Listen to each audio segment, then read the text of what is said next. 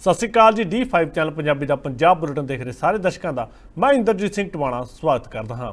ਸਭ ਤੋਂ ਪਹਿਲਾਂ ਸ਼ੁਰੂਆਤ ਕਰਦੇ ਹਾਂ ਅੱਜ ਦੀਆਂ ਮੁੱਖ ਸੁਰਖੀਆਂ ਤੋਂ। ਇੱਕ ਦੇਸ਼ ਇੱਕ ਚੋਣ ਨੂੰ ਲੈ ਕੇ ਕੇਂਦਰ ਸਰਕਾਰ ਦਾ ਵੱਡਾ ਕਦਮ। ਸਾਬਕਾ ਰਾਸ਼ਟਰਪਤੀ ਦੀ ਪ੍ਰਧਾਨਗੀ 'ਚ ਬਣਾਈ ਕਮੇਟੀ। ਭਖਦਾ ਜਾ ਰਿਹਾ ਫਿਲਮ ਜਾਰੀਆਂ 2 ਦਾ ਵਿਵਾਦ। ਜਲੰਧਰ ਤੋਂ ਬਾਅਦ ਹੁਣ ਅੰਮ੍ਰਿਤਸਰ 'ਚ FIR ਦਰਜ। ਪੰਚਾਇਤਾਂ ਭੰਗ ਕਰਨ ਦੇ ਮੁੱਦੇ ਤੇ ਗਰਮਾਈ ਸਿਆਸਤ। ਵਿਕਰਮ ਮਜੀਠੀਆ ਨੇ ਘੇਰੇ CM ਮਾਨ ਤੇ ਮੰਤਰੀ ਭੁੱਲਰ। ਇੱਕ ਦੇਸ਼ ਇੱਕ ਚੋਣ ਦੇ ਹੱਕ 'ਚ ਸ਼੍ਰੋਮਣੀ ਅਕਾਲੀ ਦਲ। ਵੀਰ ਸਿੰਘ ਬਾਦਲ ਨੇ ਕੇਂਦਰ ਦੇ ਫੈਸਲੇ ਨੂੰ ਦੱਸਿਆ ਸਹੀ। ਹੁਣ ਖਬਰਾਂ ਵਿਸਥਾਰ ਨਾਲ। ਕੇਂਦਰ ਸਰਕਾਰ ਵੱਲੋਂ ਵਨ ਨੇਸ਼ਨ ਵਨ ਇਲੈਕਸ਼ਨ ਨੂੰ ਲੈ ਕੇ ਵੱਡਾ ਕਦਮ ਚੁੱਕਿਆ ਗਿਆ ਹੈ। ਦਰਅਸਲ ਸਾਬਕਾ ਰਾਸ਼ਟਰਪਤੀ ਰਾਮਨਾਥ ਕੋਵਿੰਦ ਦੀ ਪ੍ਰਧਾਨਗੀ 'ਚ ਸਰਕਾਰ ਨੇ ਇੱਕ ਕਮੇਟੀ ਦਾ ਗਠਨ ਕੀਤਾ ਹੈ। ਕੇਂਦਰ ਵੱਲੋਂ ਬਣਾਈ ਗਈ ਕਮੇਟੀ ਇੱਕ ਦੇਸ਼ ਇੱਕ ਚੋਣ ਦੇ ਕਾਨੂੰਨ ਤੇ ਪਹਿਲੂਆਂ ਤੇ ਚਰਚਾ ਕਰੇਗੀ। ਦੇਸ਼ ਵਿੱਚ ਸਿਰਫ ਇੱਕ ਹੀ ਚੋਣ ਕਰਵਾਉਣ ਨੂੰ ਲੈ ਕੇ ਕੇਂਦਰ ਸਰਕਾਰ ਨੇ ਵੱਡਾ ਫੈਸਲਾ ਲਿਆ। ਕੇਂਦਰ ਨੇ ਇੱਕ ਦੇਸ਼ ਇੱਕ ਚੋਣ ਸੰਬੰਧੀ ਇੱਕ ਕਮੇਟੀ ਦਾ ਗਠਨ ਕੀਤਾ ਹੈ, ਜਿਸ ਦੇ ਸਾਬਕਾ ਰਾਸ਼ਟਰਪਤੀ ਰਾਮਨਾਥ ਕੋਵਿੰਦ ਨੂੰ ਇਸ ਕਮੇਟੀ ਦਾ ਚੇਅਰਮੈਨ ਬਣਾਇਆ ਗਿਆ। ਇਹ ਕਮੇਟੀ ਇਸ ਮੁੱਦੇ ਤੇ ਵਿਚਾਰ ਕਰਨ ਤੋਂ ਬਾਅਦ ਆਪਣੀ ਰਿਪੋਰਟ ਦੇਵੇਗੀ, ਜਿਸ ਤੋਂ ਬਾਅਦ ਹੀ ਤੈਅ ਹੋਵੇਗਾ ਕਿ ਆਉਣ ਵਾਲੇ ਸਮੇਂ ਵਿੱਚ ਸਰਕਾਰ ਲੋਕ ਸਭਾ ਚੋਣਾਂ ਦੇ ਨਾਲ-ਨਾਲ ਸਾਰੇ ਸੂਬਿਆਂ ਵਿੱਚ ਵਿਧਾਨ ਸਭਾ ਚੋਣਾਂ ਕਰਵਾਉਣ ਦੀ ਤਿਆਰੀ ਕਰੇ ਜਾਂ ਫਿਰ ਨਹੀਂ। ਇਸ ਮਾਮਲੇ ਨੂੰ ਲੈ ਕੇ ਹੁਣ ਸਿਆਸਤ ਭਖ ਚੁੱਕੀ ਹੈ। ਵਿਰੋਧੀ ਪਾਰਟੀਆਂ ਦੇ ਆਗੂਆਂ ਵੱਲੋਂ ਸਰਕਾਰ ਦੇ ਇਸ ਫੈਸਲੇ ਦਾ ਵਿਰੋਧ ਕੀਤਾ ਜਾ ਰਿਹਾ ਹੈ। ਇਸ ਮਾਮਲੇ ਦੇ ਵਿੱਚ ਪੰਜਾਬ ਦੇ ਵਿੱਤ ਮੰਤਰੀ ਹਰਪਾਲ ਸਿੰਘ ਚੀਮਾ ਦਾ ਬਿਆਨ सामने आया। आओ जानते हैं। देखिए, भारत एक बहुत बड़ा लोकतांत्रिक देश है, डेमोक्रेटिक देश है। इसमें ये संभव नहीं है क्योंकि डिफरेंट राज्य हैं, लगभग 29 राज्य में अलग अलग समय पे इलेक्शन होती है। किसी राज्य में आज हो रही है, किसी में 2 साल बाद है, किसी में 3 साल बाद है। वहाँ एक इलेक्शन करवाना मैं समझता हूँ देश के लोकतंत्र के लिए बहुत बड़ा खतरा है। ऐसा नहीं होना चाहिए। बीजेपी की इन जो मंतव्य हैं बीजेपी के, उससे पता चलता है कि बीजेपी देश को बर्बाद करना चाहती है और लोकतंत्र के लिए आज बीजेपी केंद्र सरकार जो बहुत बड़ा खतरा बनी हुई है। सो ऐसा बिल्कुल हम इसकी निंदा करते हैं। ऐसा बिल्कुल नहीं होना चाहिए। इसको तुरंत जे उसका इरादा है कोई गवर्नमेंट ऑफ इंडिया का या बीजेपी का, इसको तुरंत वापस कर लेना चाहिए। जोग्राफिकली जब बात करते हैं, जो हिमाचल की बात करते हैं, जम्मू कश्मीर की बात करते हैं, असम की बात करते हैं, वहाँ जोग्राफिकली वहाँ बहुत इम्पॉसिबल होगा कि एक समय इलेक्शन हो। सो मेरा मानना है कि बिल्कुल जो सिस्टम अब चल रहा है इसको ही चलने देना चाहिए और इसमें कोई भी जो पेनिट्रेशन है बीजेपी की तरफ से वो समझता हूँ बहुत ही घातक देश के लिए सिद्ध होगी। ਉੱਥੇ ਹੀ ਬੀਜੇਪੀ ਆਗੂ ਹਰਜੀਤ ਸਿੰਘ ਗਰੇਵਾਲ ਦਾ ਇਸ ਮਾਮਲੇ 'ਚ ਕਹਿਣਾ ਹੈ ਕਿ ਸਰਕਾਰ ਦਾ ਇਹ ਇੱਕ ਵਧੀਆ ਕਦਮ ਹੈ ਅਤੇ ਸਾਰਿਆਂ ਨੂੰ ਇਸ ਦਾ ਸਮਰਥਨ ਕਰਨਾ ਚਾਹੀਦਾ ਹੈ। ਨਾਲ ਹੀ ਉਹਨਾਂ ਕਿਹਾ ਹੈ ਕਿ ਵਿਰੋਧੀਆਂ ਦਾ ਤਾਂ ਕੰਮ ਹੀ ਵਿਰੋਧ ਕਰਨਾ ਹੁੰਦਾ ਹੈ। ਮੈਂ ਸਮਝਦਾ ਇਹ ਬਹੁਤ ਅੱਛਾ ਕਦਮ ਆ ਉਹਨਾਂ ਦਾ ਸਟੈਪ ਲਿਆ, ਜਿਹੜਾ ਇਹਦੇ ਨਾਲ ਇੱਕ ਤਾਂ ਟਾਈਮ ਦੀ ਵੀ ਵੇਸਟੇਜ ਨਹੀਂ ਹੋਏਗੀ ਤੇ એનર્ਜੀ ਵੀ ਬਚੇਗੀ ਕੰਟਰੀ ਦੀ ਔਰ ਪੈਸਾ ਵੀ ਬਚੇਗਾ। ਠੀਕ ਹੈ ਜੀ। ਔਰ ਇਹ ਜਿਹੜਾ ਆਸਾਨ ਹੋ ਜਾਏਗਾ। ਡੈਮੋਕ੍ਰੇਸੀ ਆ, ਸਾਡੇ ਲੋਕ ਵੋਟਰ ਜਿਹੜੇ ਨੇ ਬੜੇ ਪਰਿਪੱਕ ਹੋ ਗਏ ਨੇ ਡੈਮੋਕ੍ਰੇਸੀ 'ਚ। ਤੇ ਇਹ ਇਸ ਤਰ੍ਹਾਂ ਜੇ ਇਹ ਲਾਗੂ ਹੋ ਜਾਂਦਾ ਤਾਂ ਇਹ ਕਮੇਟੀ ਬਣਾਈ ਹੈ ਰਾਮਨਾਥ ਕੋਵਿੰਦ ਜੀ, ਜਿਹੜੇ ਸਾਡੇ ਮਹਾਮਹਿਮ ਰਾਸ਼ਟਰਪਤੀ ਰਹੇ ਨੇ, ਤੇ ਉਹਨਾਂ ਦੀ ਅਧਿਕਸ਼ਤਾ 'ਚ ਬਣਾਈ ਹੈ। ਕਿਉਂਕਿ ਰਾਸ਼ਟਰਪਤੀ ਕਿਸੇ ਪੋਲੀਟੀਕਲ ਪਾਰਟੀ ਦੇ ਨਹੀਂ ਹੁੰਦੇ, ਉਹ ਕੰਟਰੀ ਦੇ ਇੰਟਰਸਟ ਲਈ ਸੋਚਦੇ ਆ ਤੇ ਉਹ ਸਾਰਿਆਂ ਨਾਲ ਸਲਾਹ ਮਸ਼ਵਰਾ ਕਰਕੇ ਸਾਰੀਆਂ ਪੋਲੀਟੀਕਲ ਪਾਰਟੀਆਂ ਦੇ ਪ੍ਰਮੁੱਖਾਂ ਨਾਲ ਰਾਏ ਲੈ ਕੇ ਤੇ ਇਸ ਦੇ ਬਾਰੇ 'ਚ ਸਲਾਹ ਮਸ਼ਵਰਾ ਸਰਕਾਰ ਨੂੰ ਦੇਣਾ ਉਹਨਾਂ ਨੇ। ਤੇ ਉਹ ਜੋ ਸਲਾਹ ਹੋਏਗੀ, ਜੋ ਸਾਰਿਆਂ ਦੀ ਰਾਏ ਹੋਏਗੀ, ਉਸ ਮੁਤਾਬਕ ਹੋਏਗਾ। ਕਿਉਂਕਿ ਬਾਕੀ ਲੋਕ ਵੀ ਜਿਹੜੇ ਆ, ਉਹ ਜੇ ਸਰਕਾਰ ਬਿੱਲ ਰੱਖ ਦਿੰਦੀ ਹੈ ਲਿਆ ਕੇ, ਤਾਂ ਕੁਛ ਲੋਕਾਂ ਨੇ ਤਾਂ ਵਿਰੋਧ ਦੇ ਲਈ ਵਿਰੋਧ ਕਰਨਾ। ਇਸ ਲਈ ਨਹੀਂ ਕਿ ਉਹ ਕੰਮ ਠੀਕ ਨਹੀਂ ਹੈ। ਤੇ ਉਹ ਇਹਨਾਂ ਨੂੰ ਮੈਂ ਸਮਝਦਾ ਕਿ ਇਸ ਵੇਲੇ ਇਹ ਇੱਕ ਅੱਛਾ ਕਦਮ ਆ। ਜੇ ਸਾਰੇ ਇਹਦੇ 'ਚ ਸਪੋਰਟ ਕਰਨ, ਇਹਨੂੰ ਸਮਰਥਨ ਕਰਨਾ ਚਾਹੀਦਾ। ਔਰ ਜੇ ਕੋਈ ਉਹਦੇ 'ਚ ਸੁਧਾਰ ਕਰਨ ਦੀ ਜ਼ਰੂਰਤ ਆ, ਉਹ ਕਰਨੇ ਚਾਹੀਦੇ ਆ ਔਰ ਉਹਦੇ 'ਚ ਆਪਣੀ ਰਾਏ ਦੇਣੀ ਚਾਹੀਦੀ ਹੈ ਸਭ ਨੂੰ। ਕੰਮ ਤਾਂ ਇਹ ਅੱਛਾ ਹੈਗਾ, ਕੋਈ ਬੁਰਾ ਨਹੀਂ ਹੈ। ਉਹਨਾਂ ਨੇ ਤਾਂ ਵਿਰੋਧ ਦੇ ਲਈ ਵਿਰੋਧ ਕਰਨਾ ਜੀ। ਪਹਿਲਾਂ ਹੀ ਗੱਲਾਂ, ਤੁਸੀਂ ਆਪਣੇ ਸੁਝਾਅ ਦਿਓ, ਆਪਣੀ ਰਾਏ ਦੱਸੋ। ਜੇ ਤੁਸੀਂ ਆਪਣੀ ਰਾਏ ਨਹੀਂ ਦੱਸ ਸਕਦੇ, ਤੁਹਾਨੂੰ ਪਤਾ ਹੀ ਨਹੀਂ ਕਿਸ ਚੀਜ਼ ਦਾ ਕੁਛ, ਤੇ ਪਹਿਲਾਂ ਹੀ ਬੋਲੀ ਜਾਣਾ। ਅਜੇ ਤਾਂ ਉਹਦਾ ਕੁਛ ਵੀ ਨਹੀਂ ਬਣਿਆ ਤੇ ਕੋਈ ਫੈਸਲਾ ਨਹੀਂ ਹੋਇਆ। ਇਹ ਤਾਂ ਇਸ ਕਮੇਟੀ ਨੇ ਸੁਝਾਅ ਦੇਣੇ ਨੇ, ਇਹਨਾਂ ਨੇ ਸੁਝਾਅ ਲੈ ਕੇ ਦੇਣੇ ਨੇ। ਉੱਥੇ ਜਾ ਕੇ ਸੁਝਾਅ ਦੇਣ ਤੇ ਬਖਲਾਸ ਚ ਹੋ ਰਿਹਾ, ਪਤਾ ਲੱਗ ਜਾਏਗਾ ਕਿੰਨੀ ਸਦਬੁੱਧੀ ਹੈ ਉਹਨਾਂ ਨੂੰ। ਠੀਕ ਹੈ ਨਾ ਜੀ। ਇਹ ਗੱਲਾਂ ਠੀਕ ਨਹੀਂ ਹੁੰਦੀਆਂ ਇਸ ਤਰ੍ਹਾਂ ਕਰਨਾ। ਇਹਦੇ ਨਾਲ ਕੰਟਰੀ ਨਹੀਂ ਅੱਗੇ ਜਾ ਸਕਦਾ। ਅਪੋਜੀਸ਼ਨ ਦਾ ਵੀ ਸਾਰਥਕ ਰੋਲ ਹੁੰਦਾ ਤੇ ਕੋਈ ਹਮੇਸ਼ਾ ਹੀ ਵਿਰੋਧ ਦੇ ਲਈ ਵਿਰੋਧ ਨਹੀਂ ਕਰਨਾ ਹੁੰਦਾ। ਦੱਸ ਦਈਏ ਕਿ ਇੱਕ ਦੇਸ਼ ਇੱਕ ਚੋਣ ਦਾ ਮਤਲਬ ਹੈ ਕਿ ਦੇਸ਼ ਵਿੱਚ ਹੋਣ ਵਾਲੀਆਂ ਸਾਰੀਆਂ ਚੋਣਾਂ ਇੱਕੋ ਸਮੇਂ ਹੋਣੀਆਂ ਚਾਹੀਦੀਆਂ ਨੇ। ਦੇਸ਼ ਦੀ ਆਜ਼ਾਦੀ ਤੋਂ ਕੁਝ ਸਮਾਂ ਬਾਅਦ ਤੱਕ ਲੋਕ ਸਭਾ ਅਤੇ ਵਿਧਾਨ ਸਭਾ ਦੀਆਂ ਚੋਣਾਂ ਇੱਕੋ ਸਮੇਂ ਹੁੰਦੀਆਂ ਸਨ, ਪਰ ਬਾਅਦ ਦੇ ਵਿੱਚ ਇਸ ਪ੍ਰਥਾ ਨੂੰ ਖਤਮ ਕਰ ਦਿੱਤਾ ਗਿਆ ਅਤੇ ਵਿਧਾਨ ਸਭਾ ਤੇ ਲੋਕ ਸਭਾ ਦੀਆਂ ਚੋਣਾਂ ਵੱਖ-ਵੱਖ ਕਰਵਾਈਆਂ ਜਾਣ ਲੱਗੀਆਂ। ਜ਼ਿਕਰਯੋਗ ਹੈ ਕਿ ਕੇਂਦਰ ਸਰਕਾਰ ਨੇ 18 ਤੋਂ 22 ਸਤੰਬਰ ਤੱਕ ਸੰਸਦ ਦਾ ਵਿਸ਼ੇਸ਼ ਸੈਸ਼ਨ ਬੁਲਾਇਆ ਹੈ। ਸੂਤਰਾਂ ਮੁਤਾਬਿਕ ਸਰਕਾਰ ਇਸ ਦੌਰਾਨ ਇੱਕ ਦੇਸ਼ ਇੱਕ ਇੱਕ ਚੋਣ ਯਾਨੀ ਕਿ ਵਨ ਨੇਸ਼ਨ ਵਨ ਇਲੈਕਸ਼ਨ ਬਾਰੇ ਬਿੱਲ ਵੀ ਲਿਆ ਸਕਦੀ ਹੈ। ਬਾਲੀਵੁੱਡ ਦੀ ਆਗਾਮੀ ਫਿਲਮ ਯਾਰੀਆਂ 2 ਰਿਲੀਜ਼ ਹੋਣ ਤੋਂ ਪਹਿਲਾਂ ਵਿਵਾਦਾਂ ਵਿੱਚ ਧੱਸਦੀ ਜਾ ਰਹੀ ਹੈ। ਹੁਣ ਜਲੰਧਰ ਤੋਂ ਬਾਅਦ ਅੰਮ੍ਰਿਤਸਰ ਵਿੱਚ FIR ਦਰਜ ਹੋ ਗਈ ਹੈ। ਮਿਲੀ ਜਾਣਕਾਰੀ ਮੁਤਾਬਕ SGPC ਦੀ ਸ਼ਿਕਾਇਤ ਤੇ 295A ਦਾ ਪਰਚਾ ਦਰਜ ਕੀਤਾ ਗਿਆ ਹੈ, ਜਿਸ ਵਿੱਚ ਫਿਲਮ ਦੇ ਐਕਟਰ, ਪ੍ਰੋਡਿਊਸਰ ਤੇ ਡਾਇਰੈਕਟਰ ਨਾਮਜ਼ਦ ਹੋਏ ਨੇ।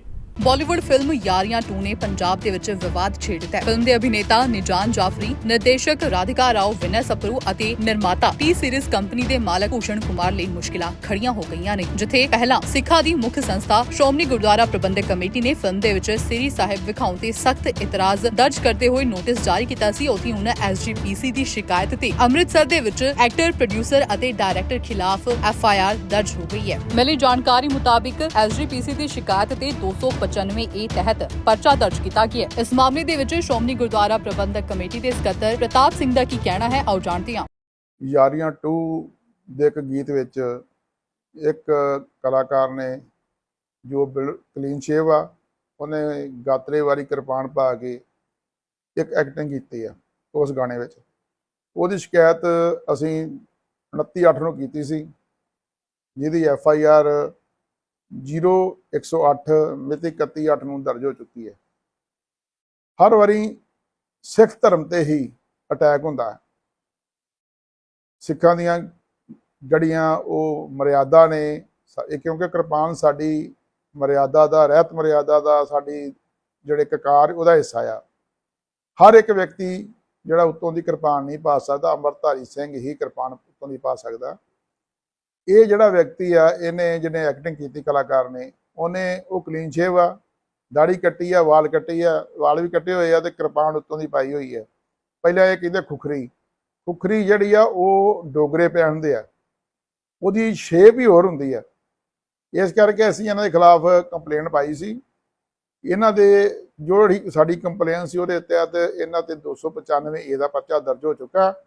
ਜੇ ਇਹ ਫਿਲਮ 'ਚੋਂ ਵੀ ਇਹਨਾਂ ਨੇ ਸੀਨ ਨਾ ਕੱਟਿਆ, ਫਿਰ ਅਸੀਂ ਕੋਰਟ 'ਚ ਵੀ ਜਾਵਾਂਗੇ ਤੇ ਇਹ ਫਿਲਮ ਨੂੰ ਬੈਨ ਕਰਾਵਾਂਗੇ। ਜ਼ਿਕਰ ਕਰ ਦਈਏ ਕਿ ਅੰਮ੍ਰਿਤਸਰ ਤੋਂ ਪਹਿਲਾਂ ਜਲੰਧਰ ਜ਼ਿਲ੍ਹੇ ਵਿੱਚ ਸਿੱਖ ਤਾਲਮੇਲ ਕਮੇਟੀ ਦੇ ਮੈਂਬਰਾਂ ਨੇ ਧਾਰਮਿਕ ਭਾਵਨਾਵਾਂ ਨੂੰ ਠੇਸ ਪਹੁੰਚਾਉਣ ਦਾ ਦੋਸ਼ ਲਗਾਉਂਦਿਆਂ ਅਦਾਕਾਰ, ਨਿਰਦੇਸ਼ਕ ਅਤੇ ਨਿਰਮਾਤਾ ਖਿਲਾਫ ਥਾਣਾ ਡਿਵੀਜ਼ਨ ਨੰਬਰ 4 ਦੇ ਵਿੱਚ 295A ਤਹਿਤ ਕੇਸ ਦਰਜ ਕਰਵਾਇਆ ਸੀ। ਸਿੱਖ ਤਾਲਮੇਲ ਕਮੇਟੀ ਦੀ ਤਰਫੋਂ FIR ਵਿਦੇਸ਼ੀ ਆਟੋ ਸਪੇਅਰਸ ਪਾਰਟਸ ਦੇ ਮਾਲਕ ਅਲੀ ਪੁਲੀ ਮੁਹੱਲਾ ਦੇ ਰਹਿਣ ਵਾਲੇ ਹਰਪ੍ਰੀਤ ਸਿੰਘ ਨੀਟੂ ਵੱਲੋਂ ਕਰਵਾਈ ਗਈ ਸੀ। ਹਰਪ੍ਰੀਤ ਸਿੰਘ ਨੇ ਆਪਣੀ ਸ਼ਿਕਾਇਤ ਵਿੱਚ ਕਿਹਾ ਸੀ ਕਿ ਯਾਰੀਆਂ 2 ਦੇ ਗੀਤ ਵਿੱਚ ਸਿੱਖਾਂ ਦੀਆਂ ਭਾਵਨਾਵਾਂ ਨੂੰ ਠੇਸ ਪਹੁੰਚਾਉਣ ਲਈ ਜਾਣਬੁੱਝ ਕੇ ਸ੍ਰੀ ਸਾਹਿਬ ਪਾ ਕੇ ਫਿਲਮਾਇਆ ਗਿਆ। ਇਸ ਨਾਲ ਜਿੱਥੇ ਸਿੱਖ ਚਿੰਨ੍ਹਾਂ ਦਾ ਅਪਮਾਨ ਹੋਇਆ, ਉੱਥੇ ਹੀ ਇਸ ਨਾਲ ਸਿੱਖਾਂ ਦੀਆਂ ਧਾਰਮਿਕ ਭਾਵਨਾਵਾਂ ਨੂੰ ਵੀ ਠੇਸ ਪਹੁੰਚੀ ਹੈ। ਹਰਪ੍ਰੀਤ ਸਿੰਘ ਨੀਟੂ ਨੇ ਆਪਣੀ ਸ਼ਿਕਾਇਤ ਵਿੱਚ ਕਿਹਾ ਕਿ ਗੁਰੂ ਸਾਹਿਬ ਵੱਲੋਂ ਸਿੱਖਾਂ ਨੂੰ ਦਿੱਤੇ 5 ਕਕਾਰ ਪਹਿਨਣ ਲਈ ਵਿਅਕਤੀ ਦਾ ਅੰਮ੍ਰਿਤਧਾਰੀ ਸਿੱਖ ਹੋਣਾ ਜ਼ਰੂਰੀ ਹੈ, ਪਰ ਫਿਲਮ ਦੇ ਵਿੱਚ ਕਲੀਨ ਸ਼ੇਵ ਹੀਰੋ ਨਿਜਾਨ ਜਾਫਰੀ ਸਿੱਖਾਂ ਦੇ 5 ਕਕਾਰਾਂ ਵਿੱਚੋਂ ਇੱਕ ਸ੍ਰੀ ਸਾਹਿਬ ਪਹਿਨ ਕੇ ਗੀਤ ਗਾ ਰਿਹਾ ਹੈ। ਇਸ ਗੀਤ ਦੇ ਵਿੱਚ ਫਿਲਮ ਦੇ ਨਿਰਦੇਸ਼ਕ, ਅਦਾਕਾਰ ਅਤੇ ਨਿਰਮਾਤਾ ਨੇ ਕਕਾਰਾਂ ਦੀ ਬੇਅਦਬੀ ਕੀਤੀ ਹੈ ਅਤੇ ਸਿੱਖ ਮਰਿਆਦਾ ਦਾ ਵੀ ਘਾਣ ਕੀਤਾ ਹੈ। ਪੰਜਾਬ 'ਚ ਪੰਚਾਇਤਾਂ ਭੰਗ ਕਰਨ ਦੇ ਮੁੱਦੇ ਤੇ ਵਿਰੋਧੀ ਪਾਰਟੀਆਂ ਮੁੱਖ ਮੰਤਰੀ ਭਗਵੰਤ ਮਾਨ ਤੇ ਮੰਤਰੀ ਲਾਲਜੀਤ ਭੁੱਲਰ ਤੇ ਹਮਲਾਵਰ ਹੁੰਦੀਆਂ ਦਿਖਾਈ ਦੇ ਰਹੀਆਂ ਨੇ। ਅਕਾਲੀ ਦਲ ਦੇ ਆਗੂ ਬਿਕਰਮ ਮਜੀਠੀਆ ਨੇ ਕਿਹਾ ਕਿ CM ਮਾਨ ਅਤੇ ਮੰਤਰੀ ਭੁੱਲਰ ਨੇ IAS ਅਧਿਕਾਰੀਆਂ ਨੂੰ ਮੁਅੱਤਲ ਕਰਕੇ ਬਲੀ ਦਾ ਬੱਕਰਾ ਬਣਾ ਦਿੱਤਾ ਹੈ। ਪੰਜਾਬ ਦੇ ਵਿੱਚ ਪਿੰਡਾਂ ਦੀਆਂ ਪੰਚਾਇਤਾਂ ਭੰਗ ਕਰਨ ਤੇ ਪੰਜਾਬ ਸਰਕਾਰ ਨੇ ਵੱਡਾ ਐਕਸ਼ਨ ਲਿਆ। ਪੰਚਾਇਤੀ ਵਿਭਾਗ ਨੂੰ ਭੰਗ ਕਰਨ ਦੇ ਮਾਮਲੇ ਵਿੱਚ 2 ਵੱਡੇ IAS ਅਫਸਰਾਂ ਤੇ ਗਾਜ ਡਿੱਗੀ ਹੈ। ਪੰਜਾਬ ਸਰਕਾਰ ਨੇ ਵੱਡੀ ਕਾਰਵਾਈ ਕਰਦਿਆਂ ਪੰਜਾਬ ਅਤੇ ਹਰਿਆਣਾ ਹਾਈ ਕੋਰਟ ਦੇ ਫੈਸਲੇ ਤੋਂ ਬਾਅਦ ਪੰਜਾਬ ਵਿਭਾਗ ਦੇ ਪ੍ਰਮੁੱਖ ਸਕੱਤਰ ਧੀਰੇਂਦਰ ਤਿਵਾੜੀ ਅਤੇ ਪੇਂਡੂ ਵਿਕਾਸ ਅਤੇ ਪੰਚਾਇਤ ਵਿਭਾਗ ਦੇ ਡਾਇਰੈਕਟਰ ਗੁਰਪ੍ਰੀਤ ਸਿੰਘ ਖਹਿਰਾ ਨੂੰ ਮੁਅੱਤਲ ਕਰ ਦਿੱਤਾ ਹੈ। ਇਸ ਮਾਮਲੇ ਦੇ ਵਿੱਚ ਹੁਣ ਸ਼੍ਰੋਮਣੀ ਅਕਾਲੀ ਦਲ ਨੇ ਪੰਜਾਬ ਸਰਕਾਰ ਨੂੰ ਘੇਰਨਾ ਸ਼ੁਰੂ ਕਰ ਦਿੱਤਾ ਹੈ। ਸੀਨੀਅਰ ਅਕਾਲੀ ਲੀਡਰ ਬਿਕਰਮ ਸਿੰਘ ਮਜੀਠੀਆ ਨੇ ਇੱਕ ਵੀਡੀਓ ਜਾਰੀ ਕਰਦੇ ਹੋਏ ਇੱਕ ਚਿੱਠੀ ਵੀ ਦਿਖਾਈ ਹੈ, ਜਿਸ ਦੇ ਵਿੱਚ ਉਹਨਾਂ ਦੱਸਿਆ ਕਿ ਚੋਣਾਂ ਭੰਗ ਕਰਨ ਦੇ ਨੋਟੀਫਿਕੇਸ਼ਨ ਤੇ ਪੰਜਾਬ ਦੇ ਪੰਚਾਇਤ ਮੰਤਰੀ ਲਾਲਜੀਤ ਸਿੰਘ ਭੁੱਲਰ ਦੇ ਸਾਈਨ ਨੇ। ਉਹਨਾਂ ਕਿਹਾ ਹੈ ਕਿ ਇਹ ਫੈਸਲਾ CM ਭਗਵੰਤ ਮਾਨ ਦਾ ਸੀ, ਪਰ ਅਫਸਰਾਂ ਤੇ ਗਾਜ ਡਿੱਗ ਗਈ ਹੈ, ਜਿਸ ਤੋਂ ਬਾਅਦ ਉਹਨਾਂ ਨੂੰ ਮੁਅੱਤਲ ਕਰ ਦਿੱਤਾ ਗਿਆ। ਜੋ ਪੰਚਾਇਤਾਂ ਦਾ ਫੈਸਲਾ ਹੋਇਆ ਔਰ ਕਿਸ ਤਰੀਕੇ ਨਾਲ ਲੋਕਤੰਤਰ ਦੀਆਂ ਧੱਜੀਆਂ ਅਫਸਰ ਦੇ ਗਲ 'ਚ ਗੂਠ ਦੇ ਕੇ ਪੰਚਾਇਤਾਂ ਭੰਗ ਕਰਨ ਦਾ ਜਿਹੜਾ ਫੈਸਲਾ ਸੀ, ਮੈਂ ਕੱਲ ਵੀ ਕਿਹਾ ਸੀ ਕਿ ਇਹ CM ਭਗਵੰਤ ਮਾਨ ਦਾ, ਮੰਤਰੀ ਲਾਲਜੀਤ ਭੁੱਲਰ ਦਾ। ਅੱਜ ਬਿੱਲੀ ਥੱਲਿਓਂ ਬਾਹਰ ਆ ਗਈ। ਆਹ ਨੋਟਿੰਗ ਹੈ, ਉਹਦਾ ਓਰੀਜਨਲ ਕਾਗਜ਼ ਮੈਂ ਤੁਹਾਡੇ ਸਾਹਮਣੇ ਰੱਖ ਰਿਹਾ ਹਾਂ ਕਿ ਜਦੋਂ ਅਫਸਰ ਰੋਕਦੇ ਸੀ ਕਿ ਜਨਾਬ ਇਹ 5 ਸਾਲ ਤੋਂ ਪਹਿਲਾਂ ਆਪਾਂ ਭੰਗ ਨਹੀਂ ਕਰ ਸਕਦੇ, ਔਰ 5 ਸਾਲ ਪੂਰੇ ਹੁੰਦੇ ਸੀ ਜਨਵਰੀ 2024 'ਚ, ਮਗਰ ਇਹ ਫਾਈਲ ਹੱਥੀਂ ਮੂਵ ਕਰਾਈ ਗਈ ਅਫਸਰਾਂ ਨੂੰ ਥ੍ਰੈਟਨ ਕਰਕੇ ਗਲ 'ਚ ਗੂਠ ਦੇ ਕੇ ਡੀਕੇ ਤਿਵਾਰੀ ਤੇ ਖਹਿਰਾ ਸਾਹਿਬ ਦੇ ਕਿ ਜੇ ਫਾਈਲ ਨਾ ਲਿਆਏ ਤਾਂ ਤੁਹਾਨੂੰ ਐਕਸ਼ਨ ਲਵਾਂਗੇ, ਸਸਪੈਂਡ ਕਰਾਂਗੇ, ਤੁਹਾਡੀ ਬਦਲੀ ਕਰ ਦਿਆਂਗੇ। ਉਹਦੀ ਨੋਟਿੰਗ ਦਰਸਾਉਂਦੀ ਹੈ ਕਿ ਕਿਵੇਂ ਇਹ ਫਾਈਲ ਪਹਿਲੀ ਦਿਨ ਮੂਵ ਹੁੰਦੀ ਹੈ 3/8 ਨੂੰ ਸੁਪਰਿੰਟੈਂਡੈਂਟ ਕਰਦਾ, 3/8 ਨੂੰ ਇਹ ਤੋਂ ਸਾਈਨ ਕਰਾਏ ਜਾਂਦੇ, ਗੁਰਪ੍ਰੀਤ ਖਹਿਰਾ ਦੇ ਸਾਈਨ ਨੇ। ਉਸ ਤੋਂ ਬਾਅਦ 4/8 ਨੂੰ ਇਹ ਫਾਈਲ ਸਾਈਨ ਕਰਾਈ ਜਾਂਦੀ ਹੈ ਡੀਕੇ ਤਿਵਾਰੀ। ਤਰੀਕ ਆ ਗਈ 4/8 ਤੋਂ ਬਾਅਦ ਲਾਲਜੀਤ ਭੁੱਲਰ ਦੇ ਸਾਈਨ ਆ ਗਏ 7/8/2023। ਅਗਲੇ ਸਾਈਨ ਆ ਗਏ। ਉਸੇ ਤਰੀਕ ਨੂੰ ਸੀਐਮ ਭਗਵੰਤ ਮਾਨ 7/8 ਨੂੰ, ਮਤਲਬ ਏਡੀ ਤੇਜ਼ੀ ਨਾਲ ਫਾਈਲ ਨਹੀਂ ਨਿਕਲਦੀ ਹੁੰਦੀ। ਮੈਂ ਵੀ ਵਜ਼ੀਰ ਰਿਹਾ, ਇਹ ਹੱਥੀ ਫਾਈਲ ਲੈ ਕੇ ਗਏ, ਬਾਈ ਹੈਂਡ ਗਈ, ਮੰਤਰੀ ਲੈ ਕੇ ਗਿਆ, ਮੰਤਰੀ ਨੇ ਸਾਈਨ ਕਰਾਏ ਔਰ ਇਹ 7/8 ਨੂੰ ਹੀ ਮੁੱਖ ਮੰਤਰੀ ਨੇ ਸਾਈਨ ਕਰਕੇ ਇਹ ਪੰਚਾਇਤਾਂ ਨੂੰ ਭੰਗ ਕਰਤਾ।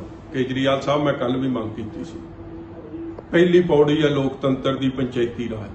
ਜੇ ਤੁਸੀਂ ਹੱਕ 'ਚ ਹੋ ਲੋਕਤੰਤਰ ਦੇ, ਤੁਸੀਂ ਡਿਕਟੇਟਰਸ਼ਿਪ ਦੇ ਖਿਲਾਫ ਹੋ, take action, dismiss Bhagwant Mann and this stupid minister, useless minister who has no sense, ਜਿਹਨੂੰ ਅੱਜ ਹਾਈ ਕੋਰਟ ਤੋਂ ਫਟਕਾਰ ਲੱਗੀ ਔਰ ਹਾਈ ਕੋਰਟ ਦੀ ਫਟਕਾਰ ਤੋਂ ਬਾਅਦ ਤੁਹਾਨੂੰ ਇਹ ਫੈਸਲੇ ਵਾਪਸ ਲੈਣੇ ਪਏ। ਹਾਈ ਕੋਰਟ 'ਚ ਵੀ ਤੁਸੀਂ ਪਹਿਲਾਂ ਸਟੈਂਡ ਲਿਆ ਕਿ ਅਸੀਂ ਭੰਗ ਕੀਤੀ ਹੈ, ਅਸੀਂ ਇਹ ਫੈਸਲਾ ਕੀਤਾ, ਮਗਰ ਜਦੋਂ ਵੇਖਿਆ ਕਿ ਹਾਈ ਕੋਰਟ ਚੀਫ ਜਸਟਿਸ ਦੀ ਅਦਾਲਤ 'ਚੋਂ ਰਾਹ ਨਹੀਂ ਮਿਲ ਰਿਹਾ, ਫਿਰ ਪਿੱਛੇ ਭੱਜਣ ਦੀ ਕੋਸ਼ਿਸ਼ ਕੀਤੀ ਔਰ ਸਾਰੀ ਗਾਜ ਅਫਸਰਾਂ ਤੇ ਸਿੱਟਤੀ। ਗਾਜ ਅਫਸਰ ਤੇ ਨਹੀਂ, ਫੈਸਲਾ ਮੁੱਖ ਮੰਤਰੀ ਸਾਹਿਬ ਤੁਹਾਡਾ, ਫੈਸਲਾ ਮੰਤਰੀ ਦਾ। ਅਫਸਰਾਂ ਦੇ ਗਲ 'ਚ ਗੂਠ ਦੇ ਕੇ ਜੇ ਤੁਹਾਡੇ 'ਚ ਮਾੜੀ ਮੋਟੀ ਵੀ ਸ਼ਰਮ ਹੈ ਤੇ ਅਸਤੀਫਾ ਦੇ ਦਿਓ। ਤੁਹਾਡਾ ਕੋਈ ਹੁਣ ਬਣੇ ਰਹਿਣ ਦਾ ਹੱਕ ਨਹੀਂ, ਕਿਉਂਕਿ ਤੁਸੀਂ ਲੋਕਤੰਤਰ ਦੇ ਉਲਟੋਂ ਹਿਟਲਰ ਸ਼ਾਹੀ ਰਵੱਈਆ, ਗੱਦਾਫੀ ਸਦੈਮ ਹੁਸੈਨ ਵਰਗਾ ਰਵੱਈਆ ਜਿਹੜਾ ਤੁਸੀਂ ਅਪਣਾਇਆ, ਉਸ ਨੂੰ ਲੋਕ ਭਲੀ ਭਾਂਤ ਇਸ ਨੋਟਿੰਗ ਤੋਂ ਜਾਣੂ ਹੋ ਗਏ ਆ। I ask for your resignation, or Kejriwal Saab, I ask from you to dismiss this chief minister who is trying to kill democracy in Punjab. ਦੱਸ ਦਈਏ ਕਿ ਸੀਐਮ ਭਗਵੰਤ ਮਾਨ ਦੇ ਇਸ ਫੈਸਲੇ ਤੋਂ ਬਾਅਦ ਬਿਕਰਮ ਸਿੰਘ ਮਜੀਠੀਆ ਨੇ ਆਪ ਕਨਵੀਨਰ ਅਰਵਿੰਦ ਕੇਜਰੀਵਾਲ ਨੂੰ ਭਗਵੰਤ ਮਾਨ ਨੂੰ ਸੀਐਮ ਦੇ ਅਹੁਦੇ ਤੋਂ ਬਰਖਾਸਤ ਕਰਨ ਦੀ ਮੰਗ ਕੀਤੀ ਹੈ। ਦੱਸ ਦਈਏ ਕਿ ਬੀਤੇ ਕੱਲ ਪੰਜਾਬ ਸਰਕਾਰ ਨੇ ਸਾਰੀਆਂ ਪੰਚਾਇਤਾਂ ਭੰਗ ਕਰਨ ਦਾ ਫੈਸਲਾ ਵਾਪਸ ਲੈ ਲਿਆ।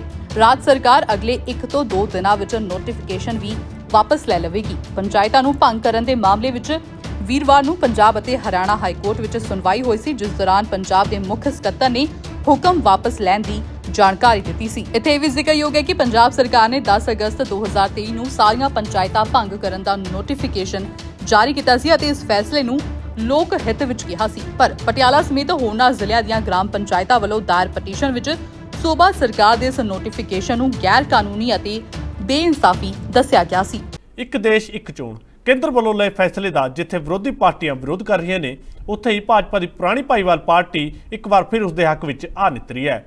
ਸ਼੍ਰੋਮਣੀ ਅਕਾਲੀ ਦਲ ਦੇ ਪ੍ਰਧਾਨ ਸੁਖਬੀਰ ਸਿੰਘ ਬਾਦਲ ਨੇ ਵਨ ਨੇਸ਼ਨ ਵਨ ਇਲੈਕਸ਼ਨ ਦੇ ਮੁੱਦੇ ਤੇ ਕੇਂਦਰ ਸਰਕਾਰ ਦੇ ਫੈਸਲੇ ਨੂੰ ਸਹੀ ਦੱਸਿਆ ਹੈ। ਕੇਂਦਰ ਦੀ ਭਾਜਪਾ ਸਰਕਾਰ ਵੱਲੋਂ ਲਿਆਂਦੀ ਗਈ ਇੱਕ ਦੇਸ਼ ਇੱਕ ਚੋਣ ਫੈਸਲੇ ਨੂੰ ਲੈ ਕੇ ਸਿਆਸਤ ਲਗਾਤਾਰ ਭਖਦੀ ਜਾ ਰਹੀ ਹੈ। ਜਿੱਥੇ ਵਿਰੋਧੀ ਪਾਰਟੀਆਂ ਬੀਜੇਪੀ ਸਰਕਾਰ ਦੇ ਇਸ ਫੈਸਲੇ ਦਾ ਵਿਰੋਧ ਕਰ ਰਹੀਆਂ ਨੇ, ਉੱਥੇ ਹੀ ਸ਼੍ਰੋਮਣੀ ਅਕਾਲੀ ਦਲ ਨੇ ਕੇਂਦਰ ਸਰਕਾਰ ਦੇ ਇਸ ਫੈਸਲੇ ਦਾ ਸਮਰਥਨ ਕੀਤਾ ਹੈ। ਸ਼੍ਰੋਮਣੀ ਅਕਾਲੀ ਦਲ ਪ੍ਰਧਾਨ ਸੁਖਬੀਰ ਸਿੰਘ ਬਾਦਲ ਨੇ ਵਨ ਨੇਸ਼ਨ ਵਨ ਇਲੈਕਸ਼ਨ ਦੇ ਕੇਂਦਰ ਦੇ ਫੈਸਲੇ ਨੂੰ ਸਹੀ ਦੱਸਿਆ ਅਤੇ ਕਿਹਾ ਕਿ ਮੈਂ ਇਸ ਦੇ ਹੱਕ ਵਿੱਚ ਹਾਂ। ਮੈਂ ਤਾਂ ਸਹੀ ਮੈਨੇ ਤੇ ਸਾਡੀ ਪਾਰਟੀ ਤੇ ਮੈਂ ਇਹਦੇ ਹੱਕ 'ਚ ਹਾਂ। ਹਰ ਦੂਜੇ ਦਿਨ ਇਲੈਕਸ਼ਨ ਹੋ ਜਾਂਦੇ ਆ। ਇੱਕ ਪਾਰਲੀਮੈਂਟ ਤੇ ਐਮਐਲਏ ਇਲੈਕਸ਼ਨ ਇੱਕ ਟਾਈਮ ਹੋਣੀ ਚਾਹੀਦੀ ਹੈ। ਘੱਟ ਘੱਟ 5 ਸਾਲ ਕੋਈ ਇਲੈਕਸ਼ਨ ਨਾ ਹੋਏ। ਕੀ ਹੁੰਦਾ ਹੈ, ਇੱਕ ਸੂਬੇ ਤੇ ਦੂਜੇ ਪਾਰਟੀਆਂ ਚੱਲ ਪੈਂਦੀਆਂ, ਉਹਦੇ ਬਾਅਦ ਦੂਜੇ ਸੂਬੇ ਚੱਲ ਪੈਂਦੇ ਆ। ਹੁਣ ਮੁੱਖ ਮੰਤਰੀ ਪੰਜਾਬ ਦਾ ਤੁਰਿਆ ਫਿਰਦਾ ਮਹਾਰਾਸ਼ਟਰ, ਕਿਉਂ? ਇਲੈਕਸ਼ਨ ਕਰਕੇ ਉਹਨੂੰ ਪਾਰਟੀ ਨੂੰ ਜਿਤਾਉਣ ਵਾਸਤੇ।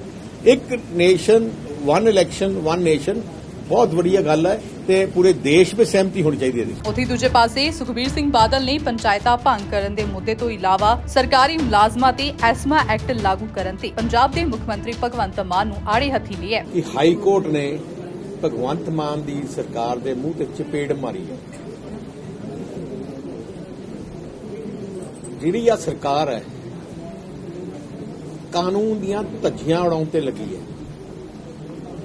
ਅਪਰਵਾਹੀ ਨਹੀਂ ਕਰਦੀ ਕਿ ਕਨਸਟੀਟਿਊਸ਼ਨ ਕੀ ਹੈ, ਕੀ ਕਰ ਸਕਦੇ ਆ, ਕੀ ਨਹੀਂ ਕਰ ਸਕਦੇ। ਜਿਹੜੇ ਕੰਮ ਕਰਨ ਵਾਲੇ ਆ ਉਹ ਤਾਂ ਕਰਦੇ ਨਹੀਂ। ਹੁਣ ਜ਼ੋਰ ਨਾਲ, ਰੋਬ ਨਾਲ, ਧੱਕੇ ਨਾਲ ਫੈਸਲੇ ਕਰਾਉਣਾ ਚਾਹੁੰਦੇ ਆ। ਫੈਸਲਾ ਇਹਨਾਂ ਨੇ ਆਪ ਕੀਤਾ ਕਿ ਅਸੀਂ ਪੰਚਾਇਤਾਂ ਰੱਦ ਕਰਨੀ ਹੈ। ਕਿਉਂ? ਕੀ ਕਹਿੰਦੇ ਆ ਕਿ 13,000 ਜਿਹੜੇ ਪੰਚਾਇਤਾਂ ਹੈ ਉਹ ਕਰਪਟ ਬਹੁਤ ਹੈ, ਕਿ ਸਾਡੇ ਕੋਲ 1000 ਕਰੋੜ ਰੁਪਇਆ ਹੈ, ਉਹ ਗਲਤ ਖਰਚ ਨਹੀਂ ਹੈ। ਤੁਸੀਂ ਲੋਕਾਂ ਦੇ ਚੁਣੇ ਹੋਏ ਨੁਮਾਇੰਦਿਆਂ ਨੂੰ, ਸਰਪੰਚਾਂ ਨੂੰ ਕਰਪਟ ਕਹਿ ਰਹੇ ਹੋ। ਇਹ ਤੋਂ ਮਾੜੀ ਗੱਲ ਕੀ ਹੋ ਸਕਦੀ ਹੈ? ਤੇ ਤੁਸੀਂ ਨਹੀਂ ਇਲੈਕਸ਼ਨ ਚੁਣੇ ਹੋਏ ਨੁਮਾਇੰਦੇ। ਸਭ ਤੋਂ ਜ਼ਿਆਦਾ ਕਰਪਸ਼ਨ ਤਾਂ ਪੰਜਾਬ ਦੇ ਇਹਨਾਂ ਦੇ ਐਮਐਲਏ ਕਰੀ ਜਾਂਦੇ ਆ। ਕਟਾਰੂ ਚੱਕ ਵਰਗੇ ਜਿਹੜੇ ਐਜੀਆਂ ਹਰਕਤਾਂ ਕਰਦੇ ਆ, ਉਹਨਾਂ ਨੂੰ ਤਾਂ ਕੋਈ ਭੰਗ ਨਹੀਂ ਕੀਤਾ, ਉਹਨਾਂ ਨੂੰ ਤਾਂ ਕੱਢਿਆ ਨਹੀਂ, ਉਹਨਾਂ ਦੀ ਤਾਂ ਮਿਨਿਸਟਰੀ ਨਹੀਂ ਲਈ।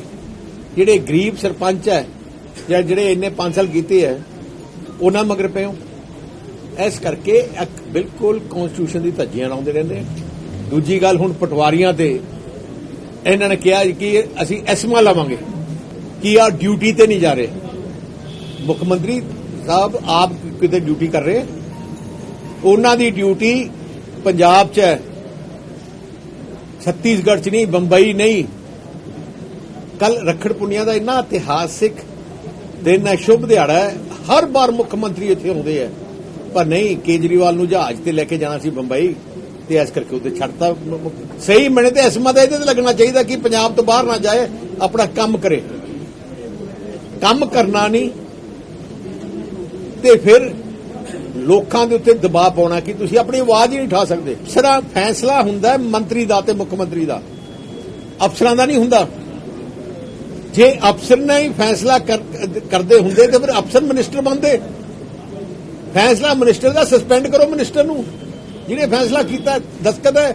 ਇੱਥੇ ਦੱਸ ਦਈਏ ਕਿ ਕੇਂਦਰ ਸਰਕਾਰ ਵੱਲੋਂ ਇੱਕ ਦੇਸ਼ ਇੱਕ ਚੋਣ ਸੰਬੰਧੀ ਇੱਕ ਕਮੇਟੀ ਦਾ ਗਠਨ ਕੀਤਾ ਗਿਆ ਅਤੇ ਸਾਬਕਾ ਰਾਸ਼ਟਰਪਤੀ ਰਾਮਨਾਥ ਕੋਵਿੰਦ ਨੂੰ ਇਸ ਕਮੇਟੀ ਦਾ ਚੇਅਰਮੈਨ ਬਣਾਇਆ ਗਿਆ। ਮਿਲੀ ਜਾਣਕਾਰੀ ਮੁਤਾਬਿਕ ਇਹ ਕਮੇਟੀ ਇਸ ਮੁੱਦੇ ਤੇ ਵਿਚਾਰ ਕਰਨ ਤੋਂ ਬਾਅਦ ਆਪਣੀ ਰਿਪੋਰਟ ਦੇਵੇਗੀ ਅਤੇ ਇਸ ਤੋਂ ਬਾਅਦ ਹੀ ਤੈਅ ਹੋਵੇਗਾ ਕਿ ਆਉਣ ਵਾਲੇ ਸਮੇਂ ਦੇ ਵਿੱਚ ਸਰਕਾਰ ਲੋਕ ਸਭਾ ਚੋਣਾਂ ਦੇ ਨਾਲ-ਨਾਲ ਸਾਰੇ ਸੂਬਿਆਂ ਵਿੱਚ ਵਿਧਾਨ ਸਭਾ ਚੋਣਾਂ ਕਰਵਾਉਣ ਦੀ ਤਿਆਰੀ ਕਰੇ ਜਾਂ ਫਿਰ ਨਹੀਂ। ਇਹ ਵੀ ਜਾਣਕਾਰੀ ਮਿਲੀ ਸੀ ਕਿ 18 ਤੋਂ 22 ਸਤੰਬਰ ਤੱਕ ਕੇਂਦਰ ਸਰਕਾਰ ਨੇ ਸੰਸਦ ਦਾ ਵਿਸ਼ੇਸ਼ ਸੈਸ਼ਨ ਬੁਲਾਇਆ ਅਤੇ ਸਰਕਾਰ ਇਸ ਦੌਰਾਨ ਇੱਕ ਦੇਸ਼ ਇੱਕ ਚੋਣ ਬਾਰੇ ਬਿੱਲ ਵੀ ਲਿਆ ਸਕਦੀ ਹੈ। ਵੇਲਾ ਹੋ ਗਿਆ ਇੱਕ ਛੋਟੇ ਜਿਹੇ ਬ੍ਰੇਕ ਦਾ, ਮਿਲਦੇ ਹਾਂ ਬ੍ਰੇਕ ਤੋਂ ਬਾਅਦ।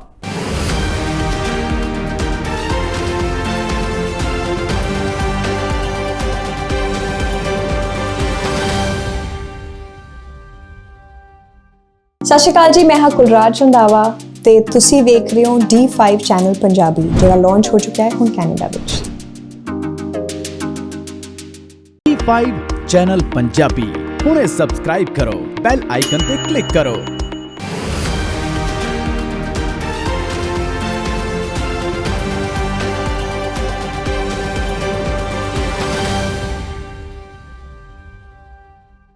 ਬ੍ਰੇਕ ਤੋਂ ਬਾਅਦ ਸਾਰਿਆਂ ਦਾ ਇੱਕ ਵਾਰ ਫਿਰ ਸਵਾਗਤ ਹੈ। ਬਾਅਦ ਦੇ ਅਗਲੀ ਖਬਰ ਵੱਲ। ਪੰਜਾਬ ਕਾਂਗਰਸ ਦੇ ਪ੍ਰਧਾਨ ਅਮਰਿੰਦਰ ਸਿੰਘ ਰਾਜਾ ਵੜਿੰਗ ਜਲੰਧਰ ਪਹੁੰਚੇ। ਇਸ ਦੌਰਾਨ ਉਹਨਾਂ ਨੇ ਪਿਛਲੇ ਦਿਨੀ ਨਹਿਰ 'ਚ ਛਾਲ ਮਾਰ ਕੇ ਖੁਦਕੁਸ਼ੀ ਕਰਨ ਵਾਲੇ ਢਿੱਲੋਂ ਭਰਾਵਾਂ ਦੇ ਪਰਿਵਾਰ ਨਾਲ ਦੁੱਖ ਸਾਂਝਾ ਕੀਤਾ।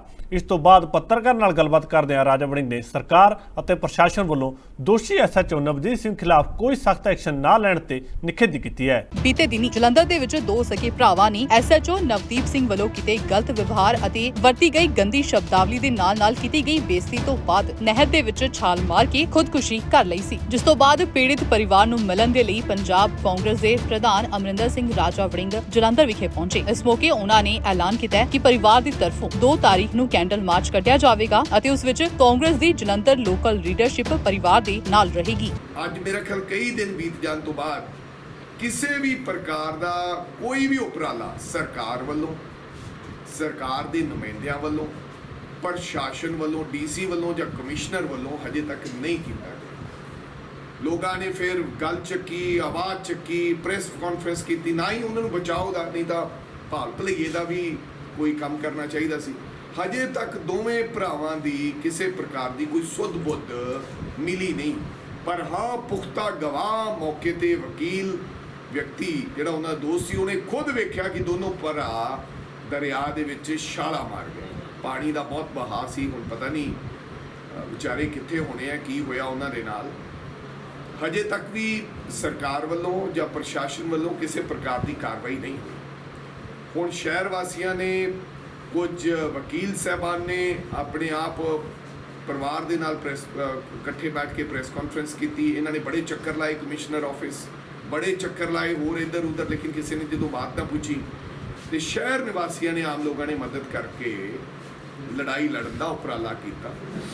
ਸੋ 2 ਤਰੀਕ ਨੂੰ ਸਾਰੇ ਆਮ ਲੋਕਾਂ ਨੇ ਇਸ ਮੁਤਲਕ ਸ਼ਹਿਰ ਨਿਵਾਸੀਆਂ ਨੇ ਢਿੱਲੋਂ ਪਰਿਵਾਰ ਦੀ ਲੜਾਈ ਲੜਨ ਦਾ ਫੈਸਲਾ ਕੀਤਾ ਕਿ ਕੈਂਡਲ ਮਾਰਚ ਰੱਖਿਆ ਗਿਆ। ਅੱਜ ਮੈਂ ਬਜ਼ੁਰਗਾਂ ਨਾਲ ਅਫਸੋਸ ਵੀ ਕਰਨ ਆਇਆ, ਹਾਲਾਂਕਿ ਮੈਨੂੰ ਉਹਨਾਂ ਨੇ ਇੱਥੇ ਆ ਕੇ ਪਤਾ ਲੱਗਿਆ ਕਿ ਮੇਰੇ ਸਹੁਰਾ ਸਾਹਿਬ ਦੇ ਬਹੁਤ ਨਜ਼ਦੀਕੀ ਜਾਣਕਾਰ ਸੀ ਢਿੱਲੋਂ ਸਾਹਿਬ।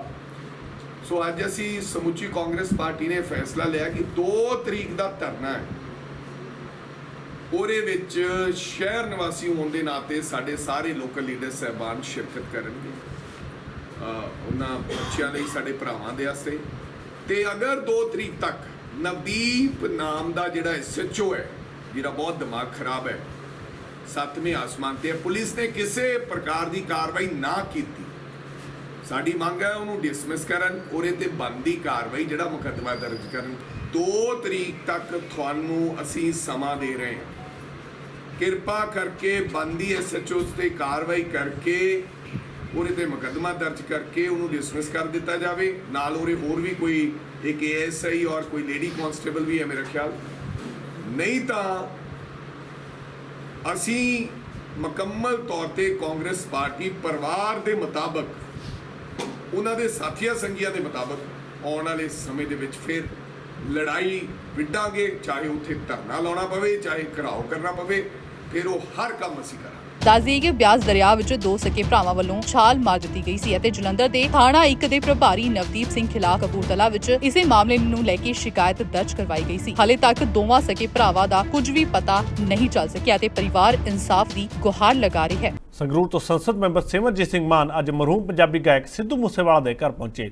ਇਸ ਮੌਕੇ ਉਹਨਾਂ ਨੇ ਸਿੱਧੂ ਮੂਸੇਵਾਲਾ ਦੇ ਪਿਤਾ ਬਲਕੌਰ ਸਿੰਘ ਨਾਲ ਮੁਲਾਕਾਤ ਕੀਤੀ। ਇਸ ਦੌਰਾਨ ਉਹਨਾਂ ਨੇ ਸਿੱਧੂ ਮੂਸੇਵਾਲਾ ਦੀ ਹਵੇਲੀ ਵਿੱਚ ਜਾ ਕੇ ਉਹਨਾਂ ਦੇ ਟਰੈਕਟਰ ਨਾਲ ਤਸਵੀਰ ਵੀ ਖਿਚਵਾਈ। ਪੱਤਰਕਾਰ ਨਾਲ ਗੱਲਬਾਤ ਕਰਦਿਆਂ MP ਮਾਨ ਨੇ ਸਿੱਖ ਭਾਈਚਾਰੇ ਨਾਲ ਸੰਬੰਧਿਤ ਸ਼ਖਸੀਅਤਾਂ ਦੀ ਮੌਤ ਹੋਣ ਦਾ ਜ਼ਿੰਮੇਵਾਰ ਪੰਜਾਬ ਤੇ ਕੇਂਦਰ ਸਰਕਾਰ ਨੂੰ ਠਹਿਰਾਇਆ। ਸੰਗਰੂਰ ਤੋਂ ਸੰਸਦ ਮੈਂਬਰ ਅਤੇ ਸ਼੍ਰੋਮਣੀ ਅਕਾਲੀ ਦਲ ਅੰਮ੍ਰਿਤਸਰ ਦੇ ਪ੍ਰਧਾਨ ਸਿਮਰਨਜੀਤ ਸਿੰਘ ਮਾਨ ਮਰਹੂਮ ਪੰਜਾਬੀ ਗਾਇਕ ਸ਼ੁਭਦੀਪ ਸਿੰਘ ਸਿੱਧੂ ਮੂਸੇਵਾਲਾ ਦੇ ਘਰ ਪਹੁੰਚੇ। ਇਸ ਮੌਕੇ ਉਹਨਾਂ ਨੇ ਮਰਹੂਮ ਗਾਇਕ ਦੇ ਪਿਤਾ ਬਲਕੌਰ ਸਿੰਘ ਨਾਲ ਮੁਲਾਕਾਤ ਕੀਤੀ। ਇਹ ਸਾਰੀਆਂ ਚੀਜ਼ਾਂ ਜਿਹੜੇ ਸਿੱਖ ਨੌਜਵਾਨ ਅਗਲੀ ਪੀੜ੍ਹੀ ਮੇਥੋਂ ਬਾਅਦ ਲੀਡਰ ਬਣਨੇ ਆ ਸਿੱਖਾਂ ਦੇ, ਇਹਨਾਂ ਨੇ ਮਰਵਾਇਆ ਹੈ ਹੁਕੂਮਤ ਨੇ, ਸੈਂਟਰ ਦੀ ਨੇ ਵੀ ਤੇ ਪੰਜਾਬ ਦੀ ਹੁਕੂਮਤ ਨੇ, ਕਿ ਇਹ ਲੀਡਰ ਫੇਰ ਕਿਤੇ ਉਹ ਕੰਮ ਨਾ ਫੜ ਲੈਣ ਆਜ਼ਾਦੀ ਦਾ। ਇਸੇ ਤਰ੍ਹਾਂ ਦੀਪ ਸਿੰਘ ਸਿੱਧੂ ਨੂੰ ਮਰਵਾ ਦਿੱਤਾ ਗਿਆ ਹੈਗਾ, ਇਸੇ ਤਰ੍ਹਾਂ ਮੂਸੇਵਾਲ ਸਾਹਿਬ ਨੂੰ।